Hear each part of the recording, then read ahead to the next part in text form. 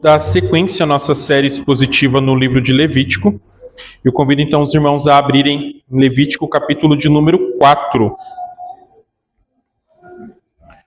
Enquanto os irmãos localizam, já lembro as crianças que passarei a elas algumas ilustrações. Os pais depois em casa poderão fazer bom uso das ilustrações para explicar o sermão para as crianças. E as crianças, peço que vocês pensem, acompanhem cada atividade e reflitam sobre o significado de cada uma delas e tentem acompanhar também a exposição para que vocês tenham um aproveitamento melhor aí do desenho que vocês farão. Queridos, Levítico, capítulo de número 4, eu vou iniciar a leitura dele do verso de número 1 e o verso de número 2. Após nós vamos fazer uma oração pedindo para que o Espírito Santo nos ilumine e depois no decorrer da exposição nós seguiremos com a leitura dos demais versículos do capítulo. Então vamos fazer a leitura, Levítico capítulo de número 4, inicialmente o verso de número 1 e o verso de número 2. O texto diz assim: Falou mais o Senhor a Moisés dizendo: Fala aos filhos de Israel dizendo: Quando uma alma pecar por ignorância contra alguns dos mandamentos do Senhor, acerca do que não se deve fazer e proceder contra algum deles. Até aqui, queridos, nós vamos orar. Senhor Deus, ó Pai, Senhor, graças nós te rendemos pela Tua palavra. Somos gratos, ó Pai, pela pequena porção que acabamos de ler e queremos clamar, ó Deus, para que não somente esta porção, mas todo o capítulo, ó Pai, que ele fale, ó Pai, poderosamente aos nossos corações. Nesse instante, ó Pai, nós nos colocamos diante de Ti de forma humilde, reconhecendo, ó Pai, que somos carentes da Tua graça. Reconhecendo também, ó Deus, que o nosso coração tem a tendência, ó Pai, de se distrair e não focar. E clamamos, ó Pai, para que nesse instante o Teu Espírito trabalhe em nós, para que haja em nós compreensão da Tua verdade e para que a nossa mente, ó Pai, o nosso coração esteja completamente focado na Tua palavra. Ó Pai, que a Tua palavra, que ela seja realmente o nosso prazer. Que haja, ó Pai, deleite em cada um de nós, ó Pai, em ouvir a Tua verdade e que ela, ó Pai, trabalhe profundamente, ó Deus, o nosso ser. Que possamos nessa noite, ó Pai, sermos confrontados, encorajados, que a Tua palavra, Deus, possa realmente nos fortalecer, nos aperfeiçoar para sermos mais e mais parecidos com o Senhor Jesus. Cuida de nós, ó Pai, que seja o Teu Santo Espírito a nos guiar neste momento. Assim nós oramos, ó Pai, oramos em nome do Senhor Jesus. Amém.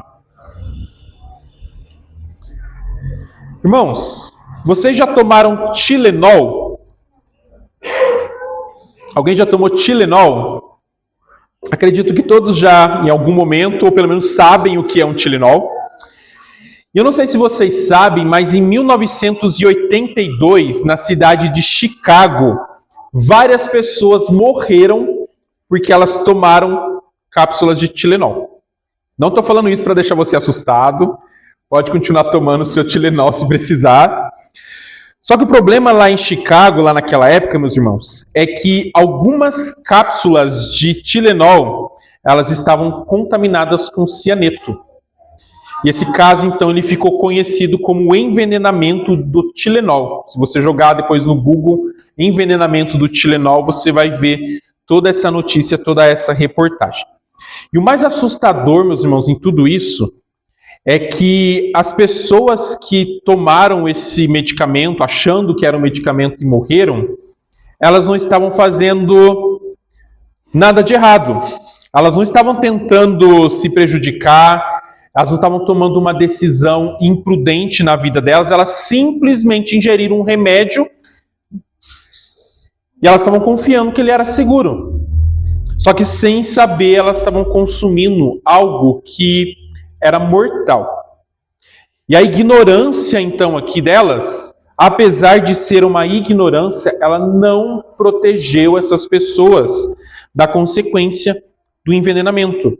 O perigo ali, mesmo elas sendo ignorantes, o perigo ele era real, mesmo sendo algo invisível aos olhos dela. E eu quero que a gente pegue essa situação aqui, e eu quero que você traga essa situação para uma realidade espiritual. Muitas vezes, a gente pensa que pecado, ele é algo que precisa ser consciente, algo que precisa ser feito de maneira deliberada. Ó, eu escolhi pecar e por isso é pecado. Só que a palavra do nosso Deus, quando ela fala a respeito de pecado, ela diz que o pecado tem outras dimensões que também são problemáticas. Tem pecados que a gente comete, meus irmãos, sem perceber, sem intenção de pecar, sem consciência imediata desse pecado. E aqui que está o ponto que eu quero chegar. O fato de você não perceber que você pecou não torna esse pecado menos real. Ele continua sendo uma ofensa contra o nosso Deus. E ele continua a gerar culpa e ele continua exigindo, então, um tratamento. E é exatamente isso, meus irmãos, que a gente vai encontrar descrito aqui em Levítico, capítulo de número 4. O capítulo 4, ele vai confrontar uma verdade que muitas vezes ela é desconfortável, mas que ela é necessária ser trabalhada. O capítulo 4 vai falar que até os pecados que nós não percebemos, eles ainda assim nos tornam culpados diante de Deus. Só que ao mesmo tempo que a gente vai olhar para essa realidade, a gente também vai perceber uma coisa profundamente graciosa, que o nosso Deus, ele não só diz para a gente, ó, o pecado que você comete por ignorância é errado, mas o nosso Deus, sabendo dessa situação, ele provê um meio para tratar esse pecado. E é isso que a gente vai ver então descrito aqui no capítulo de número 4 de Levítico. O livro aqui de Levítico, se você está acompanhando a exposição desde o começo, o livro ele foi dado por Deus ao povo de Israel depois que o tabernáculo tinha acabado de ser construído. Se você ler Êxodo 40, depois que o povo saiu lá do Egito, eles foram para o deserto, foram para o Monte Sinai, se encontraram com o Senhor, ali no finalzinho do Êxodo 40, o Senhor ele traz ali a construção do tabernáculo para o seu povo. A ideia do tabernáculo é falar, olha, o Senhor ele vai habitar no meio do seu povo. E a grande questão, então, que está sendo trabalhada no livro de Levítico, que é o livro que vem depois da construção do tabernáculo, a grande pergunta é, como que um Deus santo, ele pode habitar no meio de um povo que é pecador? Em Levítico, meus irmãos, Deus, ele decide habitar no meio do seu povo. Só que a santidade desse Deus que veio habitar no meio do seu povo, a santidade desse Deus, ela exige que o pecado ele seja tratado. E Levítico, então, meus irmãos, ele nada mais é do que instruções para organizar o culto, organizar a vida, para regular como que a gente vive diante da presença do nosso Deus. Por isso a nossa série expositiva ela está intitulada uma vida que é vivida diante do nosso Deus. E nos primeiros capítulos, então, a gente já viu o capítulo 1, 2 e 3, a gente viu diferentes tipos de ofertas. Oferta que trata de adoração, oferta que fala da relação nossa com o povo de Deus, oferta que fala da comunhão nossa com o Senhor. Só que o capítulo 4, ele vem falar a respeito, como eu falei, dos pecados que nós cometemos por ignorância. E à luz dessa realidade aqui, então, meus irmãos, presente aqui nesse texto, a ideia de que, olha, a presença de Deus no meio do seu povo, ela exige a necessidade do tratamento do pecado, a gente vai olhar, então, para o nosso texto. E o verso, então, que a gente leu, o verso 1 e o verso de número 2, fala que o Senhor, usando Moisés, ele deu as seguintes instruções para os filhos de Israel. Ele diz ali, quando uma alma pecar por ignorância, quebrando então o mandamento do Senhor, quando uma alma pecar dessa forma, que essa alma precisa fazer? Ela precisa apresentar uma oferta ao Senhor, que é o que o verso 3 ele vai começar a falar. Mas antes da gente falar propriamente da oferta, eu quero que a gente pense o seguinte: o que é pecado por ignorância? Pecado por ignorância, meus irmãos, eu já falei, é o pecado que você comete sem perceber. É aquele pecado que a gente, não é o que você fez assim, eu vou pecar. Não é esse pecado. Não é o pecado que você tinha intenção de realizar. É o pecado sem querer. É o pecado que você comete, às vezes, por deslize, mas ainda assim, meus irmãos, mesmo sendo sem querer, ele é um pecado contra a santidade do nosso Deus. E esses pecados por ignorância que o texto está falando aqui pra gente, eles vão fazer um contraste com os pecados que a gente chama de pecados intencionais. Tem um pecado que você faz sem querer por ignorância, mas tem um pecado que você quer pecar. Quando você olha para Levítico, o pecado por ignorância, que é o que a gente vai ver hoje, Deus, de uma maneira graciosa, ele apresenta o caminho do perdão. Ele apresenta um caminho ali para restaurar a aliança com o seu povo. Diferente do pecado intencional, mais à frente a gente vai falar um pouquinho melhor sobre ele, mas quando a pessoa quer pecar, querido, hoje ela sofre as consequências desse pecado. Em Levítico, quem queria pecar morria. Era só isso que eles faziam. Então a gente não vai ver tratamentos sobre pecados intencionais, porque o tratamento é morte, é sentença de morte. Quem pecou porque eu quis pecar, morria. Então aqui no caso a gente que não queria pecar, pecados feitos por ignorância. E Deus então de maneira graciosa ele provê uma restauração. Ele fala, precisa ser feita uma oferta. E que oferta que é essa? O versículo 3 lá na frente vai falar, é uma oferta que ela é conhecida como oferta de purificação. Então, uma oferta que ela vem não só para tratar a culpa do pecado, mas ela vem para tratar a contaminação que o pecado ele traz ali diante de Deus. Então, o nosso texto, meus irmãos, ele vai falar a respeito de sacrifícios realizados para que as pessoas pudessem ser purificadas dos pecados que elas tinham cometido sem querer. E o texto, então, ele vai descrever como que funciona o sacrifício. Eu não vou entrar propriamente na parte do sacrifício, porque eu já quero trazer uma explicação geral de como ele funciona, porque grande parte do modus operandi do sacrifício funciona semelhante aos sacrifícios anteriores que eu já comentei nas últimas pregações. Mas, basicamente, o que o sacrifício, como ele funcionava? O adorador, ele tinha que levar um animal até a entrada do templo, até a entrada do tabernáculo na época aqui. Ali ele tinha que colocar a mão dele sobre a cabeça do animal.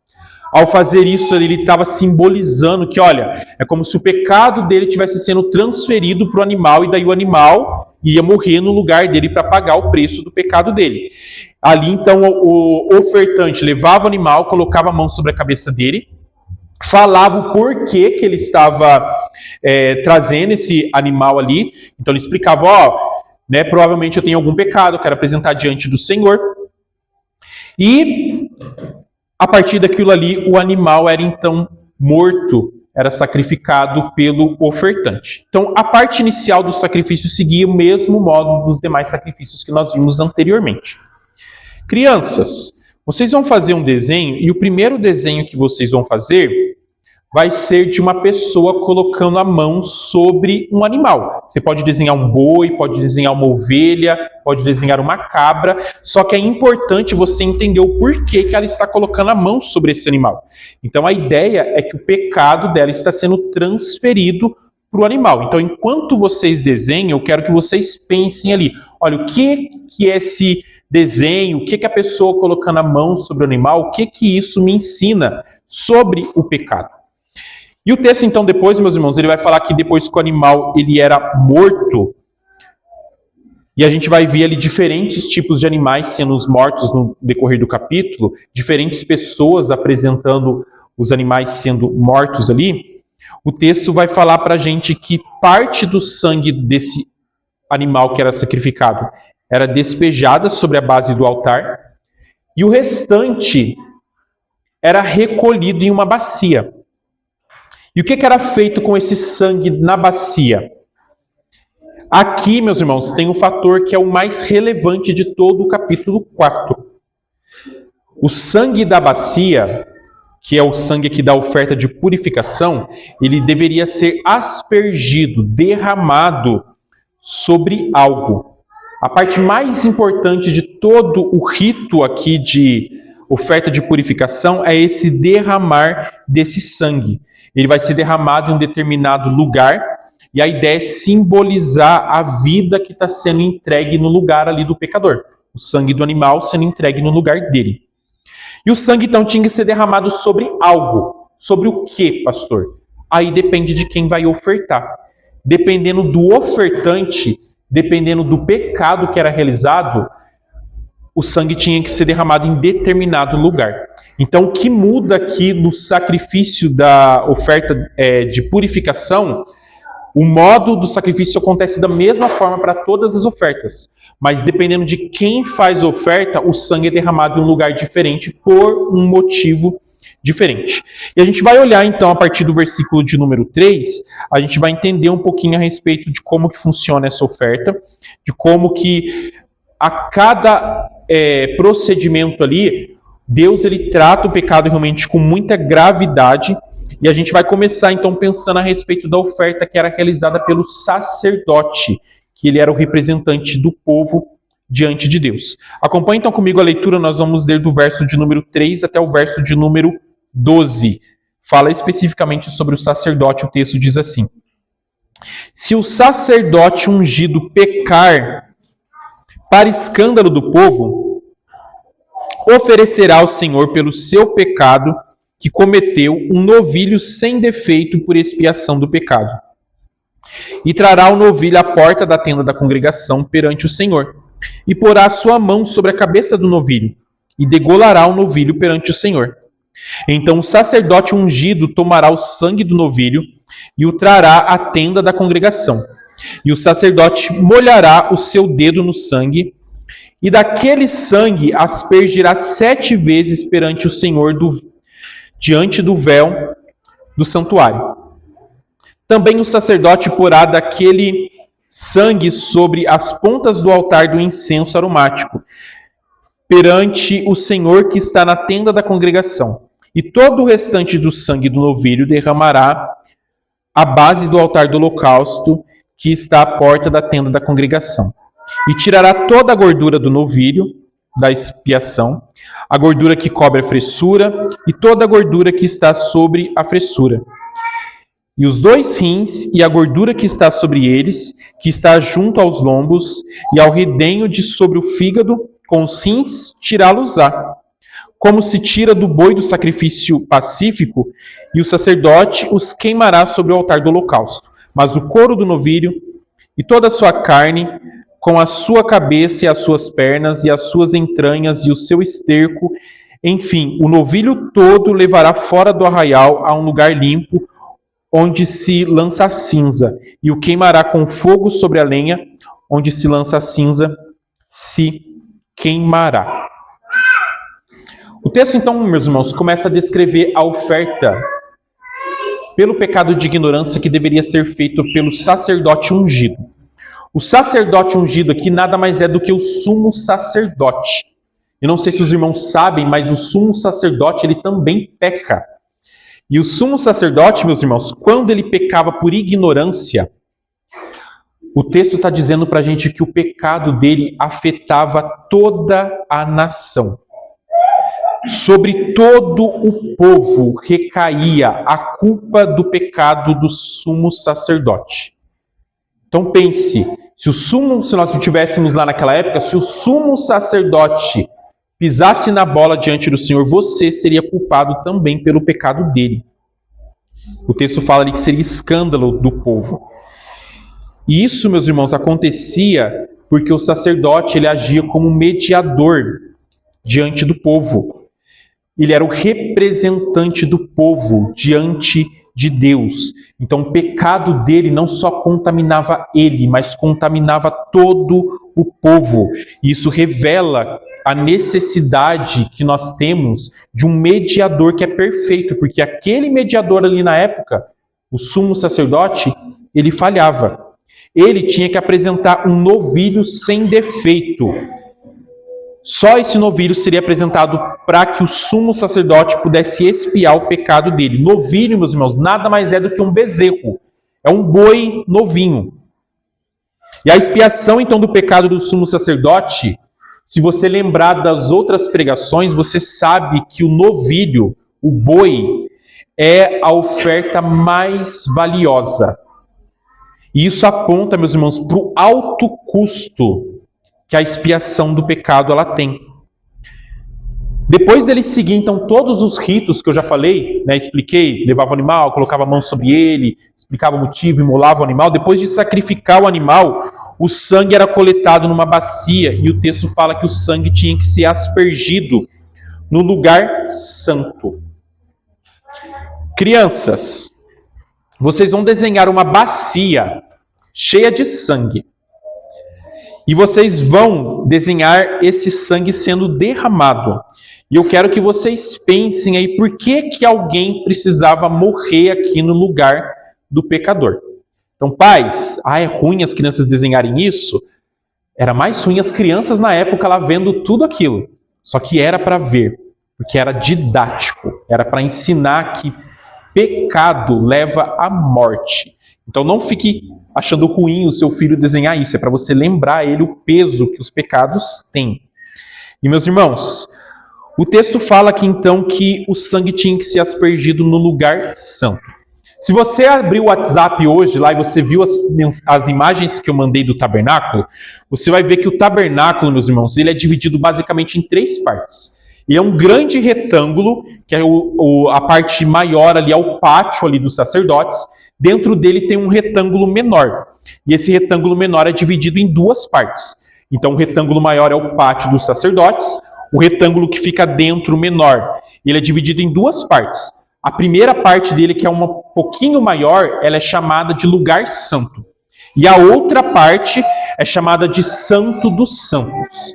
Então, todo o sacrifício era feito das pessoas que já chegavam ali, era feita nessa parte maior, que era o pátio dos sacerdotes. Ali ficava o altar onde os animais eram queimados, ficava a bacia de bronze onde a mão era lavada ali nas águas, ficavam as mesas onde os animais eram preparados para o sacrifício. Só que, diferente das pessoas que ofereciam a oferta no pátio, o sacerdote ele tinha que entrar dentro do lugar santo. Não no Santo dos Santos, dentro do lugar santo. O lugar santo é o lugar ali onde ficava o altar do incenso, a mesa de pães e aquele candelabro. Dentro do Santo dos Santos ficava a Arca da Aliança. O sacerdote então entrava com a bacia cheia de sangue no lugar santo, e no lugar santo era dividido do Santo dos Santos pelo véu. Lembra que Jesus morreu, o véu partiu? É esse véu. O que o sacerdote tinha que fazer? Ele tinha que derramar 7 vezes o sangue no véu. Ele tinha que pegar o véu todo bonito. Se você olhar lá, ver como que o véu foi feito, você vai ver que ele é lindo. Derramava sangue 7 vezes sobre esse véu. O sangue que sobrava, meus irmãos, o texto fala que ele colocava sobre as pontas do altar de incenso. E o restante, o que sobrava então, era derramado lá fora no altar, onde era feito, onde os animais eles eram queimados. Essa oferta aqui, meus irmãos, depois que o sangue era derramado, era colocado também na ponta do incenso ali, e a ideia de derramar sobre o véu e colocar na ponta do altar de incenso, era muito significativa, porque a ideia era lembrar o seguinte: quando você peca, pensando no sacerdote, o seu pecado contamina você, contamina toda a nação, mas o seu pecado contamina o lugar. O templo, ele é contaminado com o pecado do sacerdote. E é por isso que o sangue tem que ser derramado nele, para que ele também, o templo, o tabernáculo aqui, seja purificado. Porque se há pecado no meio do povo e há pecado na habitação onde Deus está, Deus se retira do lugar. E a ideia é que Deus habite no meio do seu povo. Depois que eles faziam tudo isso, o texto fala ali que eles pegavam o animal, tiravam a gordura, os rins, o lóbulo longo do fígado. Isso tudo era queimado no altar, como oferta dedicada ao Senhor. Já o restante do animal, todo o resto do bezerro, o texto fala que tinha que ser levado para fora do arraial.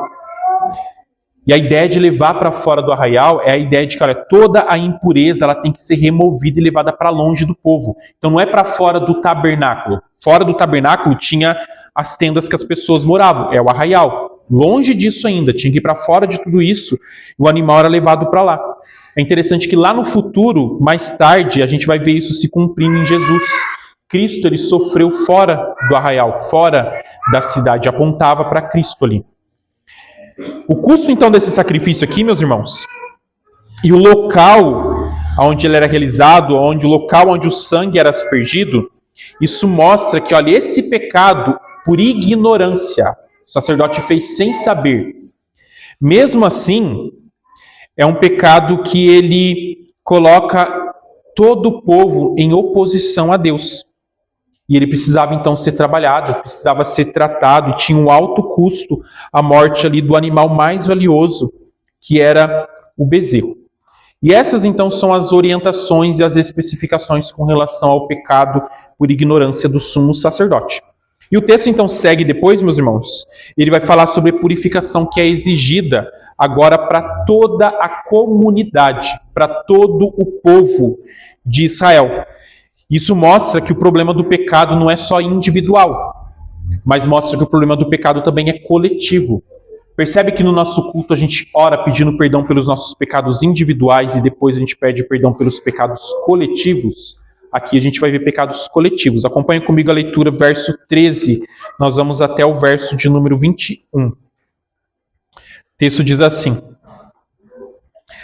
mas se toda a congregação de Israel pecar por ignorância, e o erro for oculto aos olhos do povo, e se fizerem contra alguns dos mandamentos do Senhor aquilo que não se deve fazer, e forem culpados, e quando o pecado que cometeram for conhecido, então a congregação oferecerá um novilho, por expiação do pecado, e o trará diante da tenda da congregação.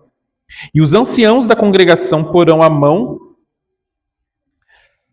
as suas mãos sobre a cabeça do novilho perante o Senhor, e degolar-se-á o novilho perante o Senhor. Então o sacerdote ungido trará do sangue do novilho a tenda da congregação, e o sacerdote molhará o seu dedo naquele sangue, e o aspergirá 7 vezes perante o Senhor diante do véu. E daquele sangue porá sobre as pontas do altar que está perante a face do Senhor na tenda da congregação, e todo o restante do sangue derramará à base do altar do holocausto, que está diante da porta da tenda da congregação. E tirará dele toda a sua gordura, e queimá-la-á sobre o altar. E fará a este novilho como fez ao novilho da expiação. Assim me fará, e o sacerdote por eles fará propiciação, e lhe será perdoado os pecados. Depois levará o novilho fora do arraial e o queimará como queimou o primeiro novilho, a expiação do pecado da congregação. Meus irmãos, por muitas vezes o povo de Deus ele peca sem saber que ele pecou. E esses pecados, eles podem passar despercebidos, como o texto fala aqui, ocultos aos nossos olhares. Mas ele nunca passa despercebido aos olhos de Deus, porque o nosso Deus ele vê todas as coisas. Mas mesmo sem saber, meus irmãos, nós nos tornamos culpados desses pecados. O texto está falando disso. Por quê? Porque a santidade do nosso Deus, ela não é medida pela nossa percepção. Eu não vi que eu pequei, não valeu. Não tem isso. Santidade do nosso Deus não é medida pela nossa percepção. E quando acontece o pecado, então, meus irmãos, uma oferta de purificação ela também precisa ser feita.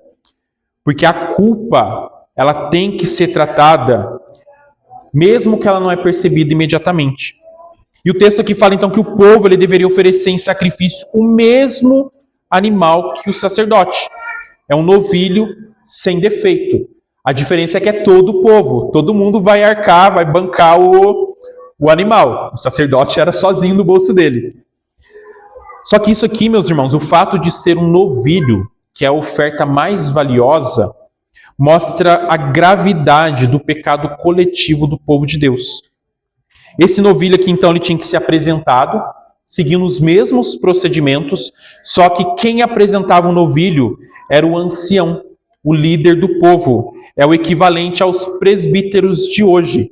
Então, os presbíteros daquela época, os representantes da igreja, eles iam lá diante do povo, diante de Deus, apresentar a oferta para pedir perdão pelo pecado do povo. Aí o texto vai falar a mesma coisa, segue os mesmos procedimentos, o sangue era derramado lá dentro do lugar santo, 7 vezes sobre o véu do santuário. Isso mostra ali a ideia interessante que o número 7, que é número de perfeição, é essa ideia de apontar para uma purificação perfeita diante da presença do nosso Deus. O sangue era passado também no altar do incenso. A ideia é de purificar o lugar, também o lugar de comunhão, o lugar de intercessão. E seguir, então, o mesmo padrão. Crianças, vocês vão desenhar o véu do templo sendo sujo por sangue. E vocês vão pensar aí o que isso fala sobre pecado. Meus irmãos, depois que o sangue era aspergido sobre o véu, era colocado sobre o altar, o restante do rito era idêntico ao rito da purificação do sacerdote. Algumas partes do animal seria queimada no altar, para ser dedicado ao Senhor. O que sobrava, levava fora do arraial, remete novamente a essa ideia de que, olha, a impureza ela tem que ser removida do meio do povo. Então, basicamente, a oferta que era feita pelo povo, ela seguia o mesmo padrão da oferta feita pelo sacerdote. A única diferença é que quem colocava a mão sobre o animal não era mais o sacerdote ali, era o ancião. Mas isso mostra, queridos, reforça a ideia de que, por ser um novilho e por ser aspergido sangue no lugar santo, o pecado da comunidade era tratado com a mesma gravidade que o pecado do sumo sacerdote. Depois de falar então de sacerdote e falar do povo, o texto segue e ele vai falar dos pecados por ignorância realizados pelos príncipes do povo de Deus.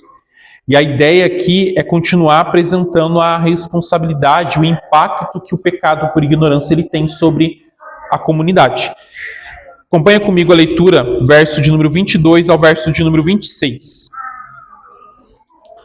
Quando um príncipe pecar e por ignorância proceder contra alguns dos mandamentos do Senhor seu Deus, naquilo que não se deve fazer e assim for culpado, ou se o pecado que cometeu lhe for notificado, então trará pela sua oferta um bode tirado das cabras, macho sem defeito, e porá a sua mão sobre a cabeça do bode, e o degolará no lugar onde se degola o holocausto, perante a face do Senhor. Expiação do pecado é. Depois o sacerdote com o seu dedo tomará o sangue da expiação e o porá sobre as pontas do altar do holocausto. Então o restante do seu sangue derramará à base do altar do holocausto. Também queimará sobre o altar toda a sua gordura, como gordura do sacrifício pacífico. Assim o sacerdote por ele fará expiação do seu pecado e lhe será perdoado. Meus irmãos, o texto fala do pecado dos príncipes. E os príncipes aqui nada mais é do que uma referência aos líderes das tribos de Israel. Então era alguém que exercia a autoridade, mas era diferente da autoridade do ancião, era diferente da autoridade do sacerdote aqui. E o texto fala que o pecado desses líderes, apesar deles não serem os sacerdotes, não serem os anciãos, ele tinha que ser encarado como algo grave. Tão grave quanto o pecado do sumo sacerdote, quanto o pecado da nação inteira, quanto o pecado, os dois que nós já vimos aqui. E sabe por que ele é grave? Porque esse pecado, ele tem alcance e ele tem consequência. Quando eu falo de gravidade aqui, eu não estou falando que tem pecadinho e pecadão.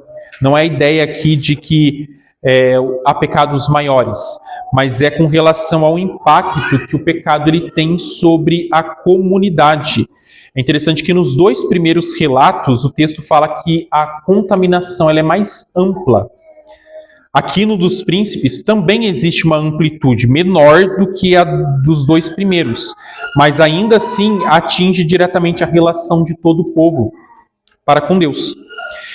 E o texto está falando aqui então que o líder, o príncipe, ele tem que oferecer, não é novilho, é um bode sem defeito. Essa ideia do bode aqui traz novamente a ideia de que, olha, o pecado tem que ser tratado com sangue. E o sangue do bode, então, ele tinha que, depois que seguisse todos os ritos ali, o que era coletado na bacia tinha que ser passado nas pontas do altar do holocausto. Não é mais dentro do lugar santo. Agora é do lado de fora, no mesmo altar onde os animais eram queimados, na ponta dele era passado o sangue do bode. O restante era derramado ao redor desse mesmo altar. A ideia ali é lembrar que, olha, houve contaminação no local, uma contaminação menor, mas ainda assim houve essa contaminação. Toda a gordura seria entregue ao Senhor, queimado ao Senhor como oferta de holocausto. E o restante do animal, diferente do novilho, que tinha que ser levado para fora do arraial e tinha que ser queimado todo, esse restante do animal aqui, ele era dado para o sacerdote comer ali dentro do santuário.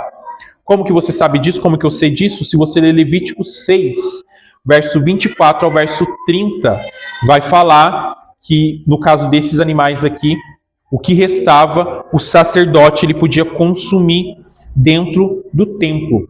Era algo que apontava ali para a provisão de Deus no que diz respeito ao sustento dos seus ministros. E o texto, então, de maneira bem sucinta, coloca a oferta feita pelos príncipes desta forma. É uma oferta mais simples, uma oferta que tem menos custo, mas ainda assim exige o derramamento de sangue, porque ainda assim, houve o pecado. E o pecado precisa ser tratado com sacrifício. E por último, meus irmãos, o nosso texto ele vai abordar os pecados por ignorância cometido pelas pessoas comuns. E ele vai falar aqui, então, um pecado que todo o povo está sujeito a realizar. Acompanha comigo a partir do verso 27 até o verso 35. E se qualquer pessoa do povo da terra pecar por ignorância, fazendo contra alguns dos mandamentos do Senhor aquilo que não se deve fazer e assim for culpada, ou se o pecado que cometeu lhe for notificado, então trará pela sua oferta uma cabra, uma fêmea sem defeito, pelo seu pecado que cometeu. E porá a sua mão sobre a cabeça da oferta da expiação do pecado e degolará o sacrifício pelo pecado no lugar do holocausto. Depois o sacerdote com o seu dedo tomará do seu sangue e o porá sobre as pontas do altar do holocausto. E todo o restante do seu sangue derramará à base do altar. E tirará toda a gordura, como se tira a gordura do sacrifício pacífico, e o sacerdote a queimará sobre o altar, por cheiro suave ao Senhor. E o sacerdote fará expiação por ela, e ser-lhe-á perdoado o pecado. Mas, se pela sua oferta trouxer uma cordeira para a expiação do pecado sem defeito, trará. E porá a sua mão sobre a cabeça da oferta da expiação do pecado, e a degolará por oferta pelo pecado, no lugar onde se degola o holocausto. Depois o sacerdote, com seu dedo, tomará o sangue da expiação do pecado e o porá sobre as pontas do altar do holocausto. Então todo o restante do seu sangue derramará sobre a base do altar. E tirará toda a sua gordura, como se tira a gordura do cordeiro do sacrifício pacífico. E o sacerdote a queimará sobre o altar, em cima da oferta queimada do Senhor. Assim o sacerdote por ele fará expiação dos seus pecados que cometeu, e ele será perdoado. Pessoas comuns, aqui que o texto fala, pessoas do povo, é qualquer um que não é o sacerdote, que não é o líder do povo. Então qualquer um que, se não for sacerdote, não for, no caso, os príncipes aqui, está dentro do restante aqui da comunidade de Israel, está sendo relacionado aqui como povo de Deus. E existia aqui então, meus irmãos, algumas ocasiões pelas quais uma pessoa, o indivíduo, a pessoa única ali, ela iria oferecer ao Senhor uma oferta de purificação pelo pecado dela. Geralmente essas ofertas estavam relacionadas, são várias situações. Por exemplo, um parto. Quando uma mulher ela realizava o parto, ela era considerada impura. E aí ela tinha que apresentar a oferta, essa oferta aqui, ao Senhor. Se a pessoa ela tivesse uma doença de pele, uma lepra, e ela fosse curada, ela tinha que apresentar oferta ao Senhor. Se algum homem, alguma mulher tivesse um fluxo corporal, ou no caso, por exemplo, fosse o dia da consagração de algum sacerdote, também precisava fazer essa oferta por ele, para purificá-lo. A consagração do altar, a consagração de levitas. Se um nazireu ele fosse cumprir os votos ao Senhor e ele cortasse o cabelo dele ali, ele tinha que apresentar a oferta ao Senhor. Fica a dica, Alan. E daí ele tinha que apresentar a oferta ao Senhor. Então, essas situações, meus irmãos, elas são momentos onde a Escritura fala que o povo está em uma situação de impureza e existe culpa sobre a vida deles e essa culpa precisa ser tratada. E a oferta, então, das pessoas comuns, ela não precisava ser tão valiosa quanto a oferta dos sacerdotes, quanto a oferta da nação, quanto a oferta dos líderes. Mas ainda assim, Deus ele está mostrando que precisa haver uma oferta, precisa haver derramamento de sangue. Só que Deus ele é gracioso, ele coloca os animais, os mais, digamos assim, em conta, os mais baratos, para que pudesse atender a condição de cada pessoa. O texto fala para a gente que podia ser uma cabra ou podia ser uma ovelha. Independente se for cabra ou ovelha, tinha que ser sem defeito. Crianças, o último desenho de vocês vão desenhar ou uma cabra ou uma ovelha, vocês vão desenhar um altarzinho de pedra e colocar a cabra em cima. Lembra a história de Abraão, que ele construiu um altar para sacrificar lá Isaac? É um altar parecido com aquilo, só que vocês vão colocar uma cabra ou uma ovelha ali. Vocês vão pensar o que isso fala a respeito de Deus. Meus irmãos, o animal ele tinha que ser oferecido ali, então, uma ovelha ou uma cabra, tinha que ser perfeita, porque está aprontando ali para a necessidade de um sacrifício perfeito, sem mancha. E o ritual é semelhante ao ritual dos ídolos que nós acabamos de ver ali. É o mesmo procedimento. O sangue da cabra ou o sangue da ovelha tinha que ser passado na ponta do altar do holocausto. A gordura do animal, o resto do sangue tinha que ser derramado ao redor do altar. A gordura do animal ela era oferecida, queimada ao Senhor ali como holocausto, dedicado ao Senhor. E o restante do animal também era dado ao sacerdote, conforme Levítico 6, o verso 24 ao verso de número 30. E assim, meus irmãos, nós chegamos ao final do capítulo de número 4, desses 35 versículos que explicam para a gente a respeito de sacrifícios relacionados com os pecados que são cometidos por ignorância. E eu quero concluir, então, meus irmãos, a gente precisa pensar algumas coisas a respeito de toda essa oferta aqui. Tudo que está sendo feito aqui no capítulo 4, diferente das outras ofertas que nós vimos, essa oferta aqui no caso do capítulo 4, ela é uma oferta obrigatória. Não é opção apresentar diante do Senhor a oferta de purificação. Se o povo de Deus pecou por ignorância, tem que apresentar a sua oferta. Se pecou de forma deliberada, eu quis pecar, nem pense em oferta porque seriam mortos. E se pecou por omissão, aí semana que vem a gente vai ver o que o povo tinha que fazer. Mas o fato é que pecou de forma ignorante, sem saber, tem a obrigação de apresentar essa oferta. E essa oferta aqui, meus irmãos, ela tinha um propósito. O propósito dela é tornar possível a continuidade da presença de Deus entre o seu povo. É tornar possível a comunhão da aliança. Esse é o propósito de todos esses animais serem degolados e do sangue deles ser aspergido em vários lugares ali do santuário. O texto ele está lembrando para a gente, olha, o pecado ele rompe relacionamento entre Deus e o homem e automaticamente rompe o relacionamento do homem com o seu próximo. E o pecado, então, ele precisa ser tratado. É Deus falando assim, olha, pecado é ameaça ao relacionamento da aliança. Pecado provoca a ira divina. Mesmo ele não sendo algo visível aos nossos olhos, ele tem consequências reais e consequências mortais. E o texto, então, ele está falando para a gente algo importante. Olha, até o sumo sacerdote, o mediador entre o povo, ele tem que oferecer sacrifício por si mesmo. Isso está mostrando para a gente que, olha, nenhum mediador humano, nenhum sacrifício, nem todo o sangue do animal do mundo é suficiente. Todos falham, todos pecam, todos precisam de expiação. E esse sangue, todo esse sangue que a gente está vendo desde o começo sendo derramado, sujando todo lugar, horrorizando todo mundo ali na época, todo esse sangue, meus irmãos, é para apontar para o sangue de Cristo. É para lembrar que, olha, o sangue de Cristo é ele que purifica cada um de nós da contaminação do pecado. Não só dos pecados conscientes, mas dos pecados que a gente comete, inclusive, sem perceber.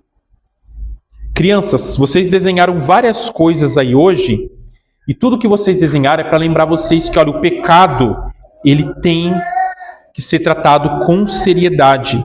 O pecado, ele precisa ser perdoado. E tudo que vocês desenharam aponta para o Senhor Jesus. Ele que morreu no nosso lugar. Meus irmãos, diferente dos sacerdotes do Antigo Testamento, esse texto aqui é para lembrar para a gente que, olha, Cristo, ele é o mediador perfeito, ele é o sacrifício perfeito, ele não tem pecado, ele não precisou se oferecer várias vezes, ele se ofereceu a si mesmo uma única vez pelo seu povo. E o que ele fez é perfeito. O que ele fez foi feito de forma completa, foi feito de forma absoluta. Lá naquela cruz, meus irmãos, ele purificou o meu e o seu pecado. E ele fez isso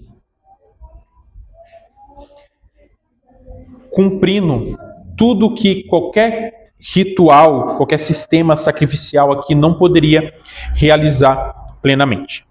Eu quero então colocar aqui para nós, meus irmãos, 3 lições, 3 aplicações para as nossas vidas, pensando a respeito dessa oferta de purificação pelos pecados de ignorância. E a primeira coisa que eu quero ponderar aqui é que esse texto está lembrando a mim e a você que nós precisamos viver, meus irmãos, em santificação. Hoje nós lemos o texto do Breve Catecismo de Westminster, a pergunta 75, falando o que é santificação. Nós cantamos várias músicas falando a respeito de um Deus que é santo. Nós lemos o texto lá de Hebreus falando que não é por sacrifício de animais, mas é por Cristo que a gente é habilitado a caminhar em santificação. Então, o povo de Deus precisa viver em santificação. A questão curiosa desse texto aqui, meus irmãos, capítulo 4 de Levítico, é lembrar a gente que pecado contamina. O capítulo 4 de Levítico, ele está lembrando que pecado contamina.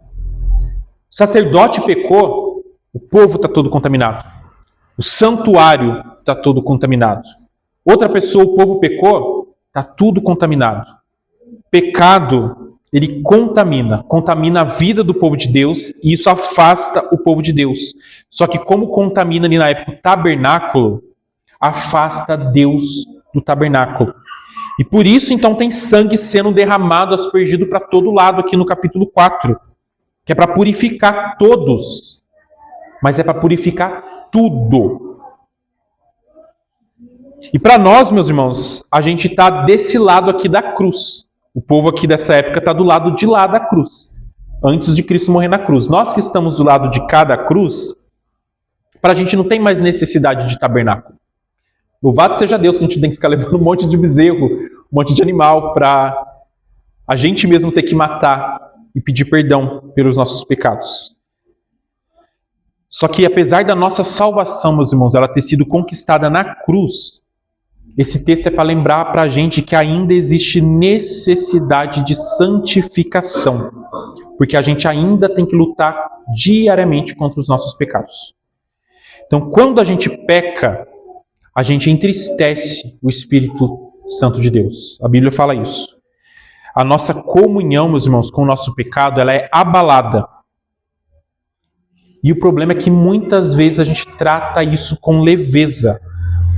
E esse texto aqui, meus irmãos, é para ensinar que, olha, para você viver uma vida diante de Deus, é obrigatório você buscar constantemente purificação. É obrigação do povo oferecer. É sua obrigação buscar santificação, porque sem ela você vai ficar distante de Deus. Então não se engane, o seu pecado ele te afasta de Deus. Ele não faz só isso. O texto está lembrando para a gente que pecado contamina. O seu pecado ele contamina os seus relacionamentos, contamina a sua casa, contamina a nossa igreja. Então aquilo que você trata, meus irmãos, como particular, aquilo que você trata no oculto, Deus ele trata como algo que se espalha. Então você tem que perguntar a você mesmo, como que eu tenho tratado o pecado? Eu trato o pecado com seriedade? Ou será que eu estou acostumado a ele? Será que tem pecado que eu nem confesso mais? Quem que está se afastando por causa do meu pecado? Enquanto eu estou achando que ele é só meu. Então, irmãos, busque em Cristo graça para você viver e seguir em santificação. Ele tem dado meios de graça para a gente fazer isso. A palavra dele, a oração, a comunhão. E ele não coloca essas coisas como opção, ele coloca como uma necessidade diária para a gente andar com ele. Então lute, só que não lute com as suas próprias forças. Lute dependendo de Cristo. Corre para Cristo, confesse os seus pecados e lute para que você possa realmente seguir uma vida em confissão, recebendo perdão, entendendo que é nele que você consegue tudo isso. Então, meus irmãos, nós precisamos viver em santificação. E é isso que esse texto, a primeira lição que a gente tem que tirar dele, primeira coisa que a gente tem que aprender com esse capítulo 4 de Levítico. Segunda coisa, eu já falei sobre isso, mas é importante reforçar. Meus irmãos, pecado por ignorância continua sendo pecado. Então, pecado por ignorância continua sendo pecado. Como eu já falei, por muitas vezes a gente peca sem perceber. A gente peca sem saber, a gente faz isso em pensamento, faz isso em atitude. E tem coisa que passa realmente despercebido de nós. Só que ainda assim, esses pecados, eles traziam culpa sobre nós. Trazem culpa sobre nós. Às vezes trazem culpa até sobre muitos. Porque ele não deixa de ser pecado. E ele afeta a nossa vida e afeta a vida do outro. Quando o povo aqui pecava e não sabia, e eu esqueci de comentar, provavelmente era ali pelo Urim, Tumim, que era revelado para eles que eles tinham pecado. Isso quando não era notificado, quando o texto fala, e quando alguém falava, ó, você pecou. Só que o fato, meus irmãos, é que independente da situação, se você sabe ou não, a lei de Deus ela continua sendo lei, independente de você estar atento a ela ou não. E o pecado por ignorância ele continua sendo pecado aos olhos do nosso Deus. Ele é uma prática pecaminosa. Isso, meus irmãos, tem que levar a gente para um caminho de humildade. Hoje de manhã a gente estudou sobre orgulho e a gente precisa seguir por um caminho de humildade. Então pensa aí, quantos pecados existem na sua vida e talvez você não enxergue esses pecados. Quanto orgulho, frieza espiritual, negligência da palavra está presente e você não está percebendo. Então você tem pedido para Deus para Ele revelar os seus pecados ocultos? Ou você já está vivendo satisfeito aí com uma avaliação superficial de si mesmo? Esse texto aqui está convidando a gente a ir mais fundo no tratamento do nosso pecado. É fazer uma autoavaliação mais significativa. É orar com mais intencionalidade, pedindo, Senhor, me ajude a tratar áreas que eu não tenho percebido ainda. A gente precisa, meus irmãos, tratar os nossos pecados, pedir perdão, viver na dependência da graça. Então, sai daqui, vai pensar sobre isso. Vai pedir para que o Senhor te ajude a aprofundar a sua caminhada cristã e tratar aquilo que você ainda não percebeu. E a última coisa que eu quero colocar aqui, meus irmãos, o juízo de Deus sobre os membros da igreja, meus irmãos, ele é proporcional à sua responsabilidade. Então entenda isso, o juízo de Deus sobre os membros da igreja é proporcional à sua responsabilidade. O texto está deixando claro aqui, olha, maior a responsabilidade, maior o impacto do seu pecado. O sacerdote, os líderes, o povo aqui, eles são tratados de forma diferente. O pecado deles é tratado de forma diferente, é resolvido de forma diferente. Todos envolvem sangue, mas alguns deles exigem mais coisas, tem mais peso, tem mais preço. Isso aqui mostra que, para alguns, a responsabilidade diante do Senhor é maior. Isso aqui, meus irmãos, precisa confrontar a gente. Para você que ensina, você que lidera, você que influencia espiritualmente outras pessoas, você vai ter um peso maior no julgamento. E eu não estou desencorajando você para servir, tá bom? Eu só quero te lembrar que você tem que fazer isso com zelo, e a sua caminhada cristã tem que ser vivida com zelo. A palavra do nosso Deus diz, olha, a quem muito é dado, muito será exigido.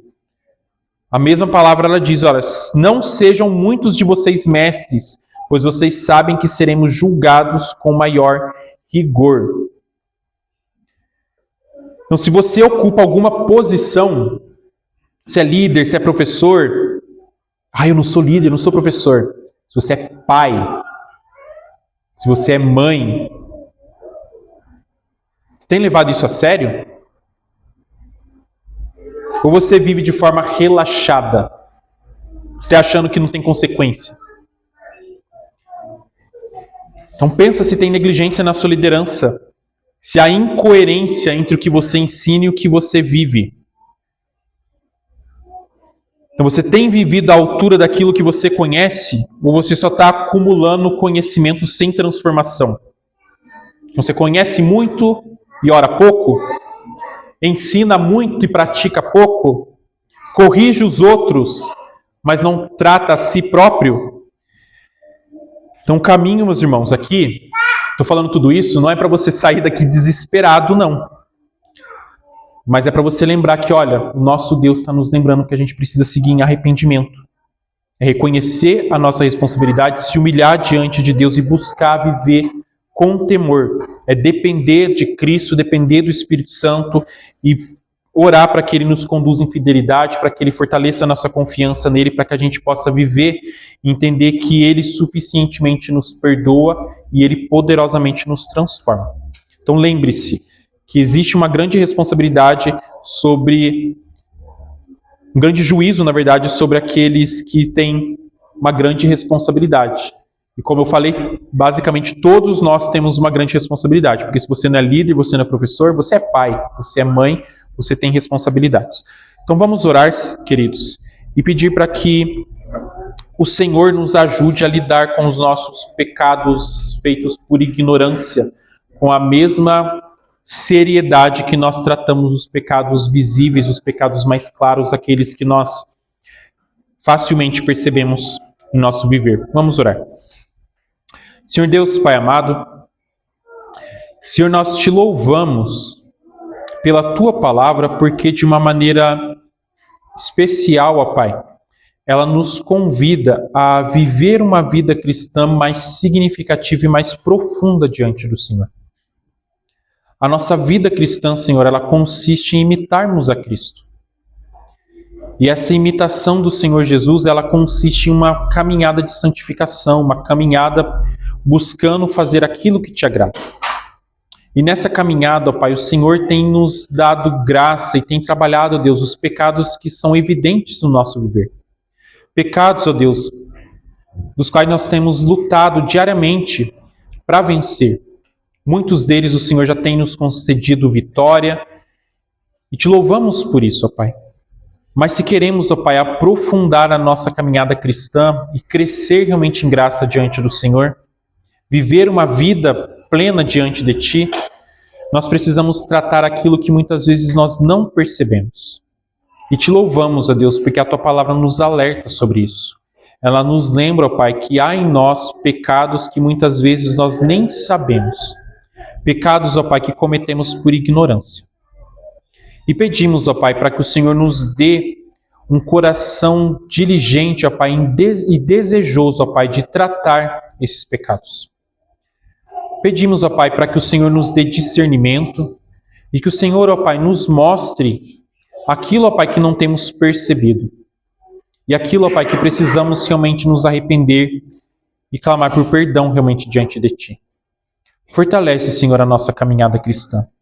Te louvamos, ó Deus, porque desde o começo, ó Pai, na Tua Escritura, na Tua verdade, o Senhor tem nos lembrado, ó Pai, os detalhes de como devemos caminhar diante do Senhor. E que possamos, ó Deus, como povo do Senhor, olhar para essa verdade e amá-la, Senhor, e abraçá-la. Que possamos realmente sair daqui, ó Deus, com o coração disposto a lutar, ó Deus, contra o pecado de forma mais significativa. Santifica-nos, ó Pai. Que possamos realmente crescer, ó Deus, em santificação. Que possamos fazer isso na dependência do Senhor, ó Deus, porque na força do nosso braço nós não conseguimos. Que Cristo, ó Pai, possa realmente nos conduzir. Que sejamos realmente fortalecidos, recebendo a força que vem do alto, ó Pai, para viver de uma forma que glorifica, ó Pai, o Teu santo nome. Abençoe-nos, ó Pai, trabalha a nossa caminhada cristã. E que o desafio que está posto diante de nós, ó Deus, de lutar contra aquilo que por muitas vezes aos nossos olhos é oculto, que esse desafio seja realmente aceito por cada um de nós e que com disposição de coração, ó Deus, possamos seguir fazendo aquilo que glorifica o Teu santo nome. Nos abençoe, ó Pai. Assim oramos, clamamos pela Tua ação e intervenção em nosso viver. Oramos assim, ó Pai, em nome do Senhor Jesus. Amém.